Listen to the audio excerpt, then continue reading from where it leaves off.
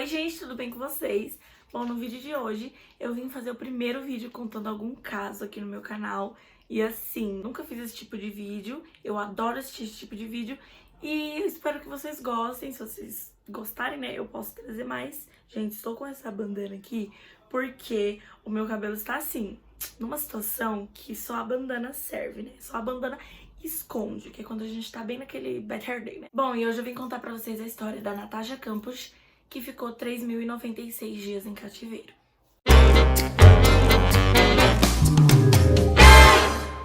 Natasha Maria Campos nasceu no dia 17 de fevereiro de 1988, em Viena, na Áustria. Ela morava com a mãe e a relação delas não era tão boa. A mãe não era assim tão amorosa. Ela dizia que o pai dela era muito brincalhão e muito engraçado. Ela tinha mais outras duas irmãs de outro casamento da mãe. E elas tratavam a Natasha muito como um bebê, falavam que estavam treinando pro futuro, pra quando fossem mães. A mãe da Natasha engravidou a primeira vez com 18 anos, então assim, ela teve que trabalhar muito pra sustentar as filhas dela. E ela sempre foi assim, muito fria, mesmo amando muito as filhas. A Natasha era bem próxima da avó dela sempre mimava muito ela. E com 10 anos a Natasha comia, tipo, muito compulsivamente. Ela gostava muito de assistir documentários de sequestro na TV, que acontecia muito na Áustria naquela época, naquele tempo. No dia 2 de março de 1998, a Natasha, ela pediu pra ir sozinha pra escola, a mãe dela deixou, mas antes de sair elas tiveram uma discussão. E ela sempre dava um beijo, um abraço pra se despedir pra ir pra escola, coisa que ela não fez naquele dia, por causa que elas tinham discutido. E ela pegou um casaco vermelho, que ela ia usar, a bolsa dela e foi pra escola, que não era muito longe, então ela só foi. Passaram algumas ruas, ela indo pra escola, e ela viu um cara de cabelo castanho, olhos azuis, encostado assim numa van branca. Ela até pensou em trocar de calçada, mas preferiu continuar ali. Quando ela se aproximou da van, assim, tipo, tava passando, o cara pegou ela, jogou na van e saiu. Na hora ela falou que tava muito nervosa, não conseguia gritar, e quando a voz saiu, ela só perguntou pra ele quanto ele calçava, porque ela assistia bastante documentário e sabia que precisavam de informações dele pra conseguir pegá-la de volta, né? Depois de 30 minutos dirigindo, eles chegaram em Strachhof, no nordeste de Viena, numa casa amarela que parecia super confortável, super ok, mas ali ia começar o terror. Ele levou ela pra um porão de 5 metros quadrados, e pra chegar nesse porão tinha que descer uma escada que ficava escondida no chão da garagem, e chegando lá tinha um armário que você tirava e ali atrás era tipo um cubículo, era tipo muito pequeno, minúsculo. Só tinha um vaso sanitário, uma pia e uma beliche, e ela ficava ali. Ela dormia na beliche, tomava banho na pia e é isso. Eu não supero esse caso, não superei esse caso até hoje. Lá nesse cativeiro era tudo à prova de som, então não importava se ela gritasse. Já ouvi também que aquela casa era do avô do sequestrador e que ali onde ela ficava foi construído na Segunda Guerra Mundial. O sequestrador falava pra Natasha que a família dela não tava nem aí pra ela, que ele ligou pedindo dinheiro e eles falaram que não tem dinheiro e que agora eles nem atendiam mais o celular.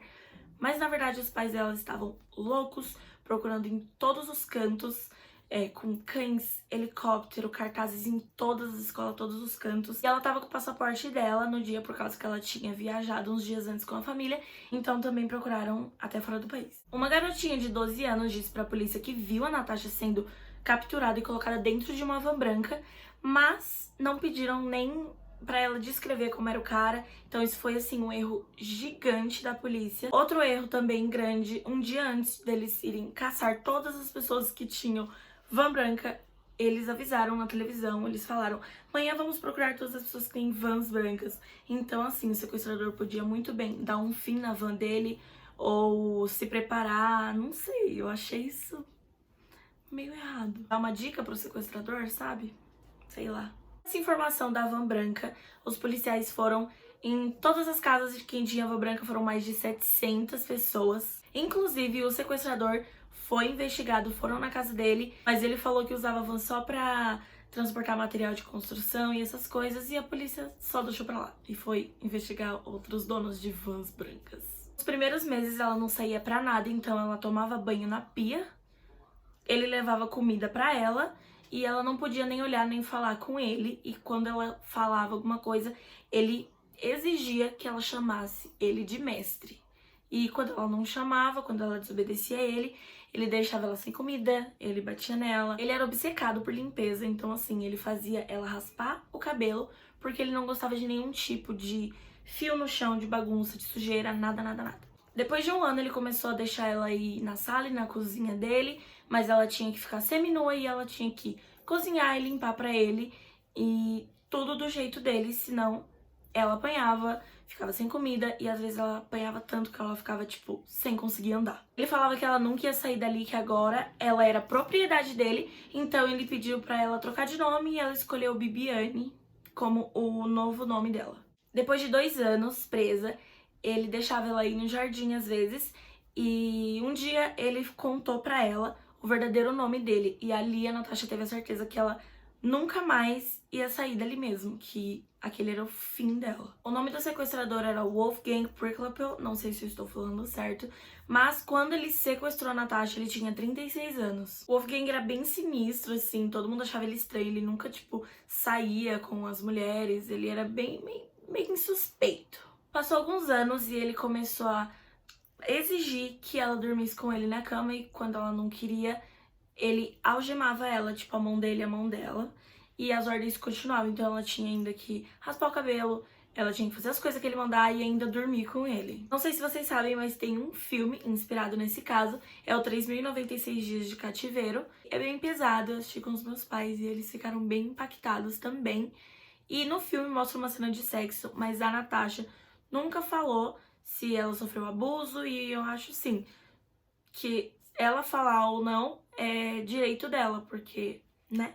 Isso não precisa ser explicado, isso é meio óbvio. Alguns anos depois, ele deixou ela sair pela primeira vez, então, antes de sair, ele sempre falava que se ela procurasse ajuda, se ela falasse pra alguém, ele ia matar ela e depois se matar, porque ele não tinha mais o que fazer da vida. E ela sabia que aquilo era verdade, porque ele não tinha um foco, tipo, na vida dele, ele só vivia pra ela, e era só isso. Ele também saía armado, então ela morria de medo. Ela tinha, tipo, muito medo mesmo dele fazer alguma coisa com alguém que ela pedisse ajuda ou com ela. Com o passar dos anos, nada mudou, ela ainda tinha que obedecer ele.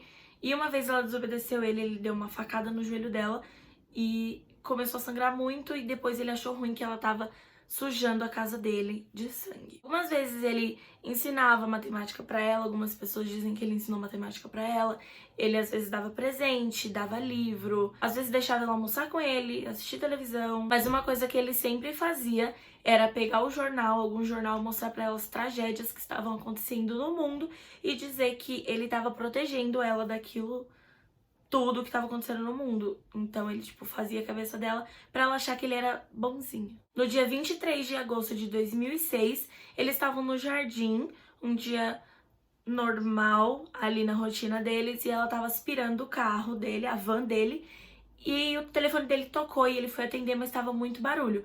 Então ele entrou pra falar no telefone dentro de casa. Ela viu o portão, viu que ele não tava ali e saiu correndo. Ela sabia que ele ia se matar, porque ele sempre falava que se ela fugisse, pedisse ajuda, ele ia se matar. Ela correu muito, encontrou um grupo de pessoas, falou quem ela era, mas o povo ficou, tipo, meio assim, e ela continuou correndo, viu uma senhora numa janela de uma casa e começou a gritar, pedir ajuda, e aí a senhora ligou pra polícia. 2 policiais chegaram lá e pediram pra ela ficar, tipo, com as mãos pro alto. Ela não entendeu muito bem, mas finalmente, depois de 3.096 dias, mais de 8 anos, o sequestro tinha finalmente acabado. Nos primeiros dias fora do cativeiro, ela ficou numa ala psiquiátrica para crianças e adolescentes do hospital.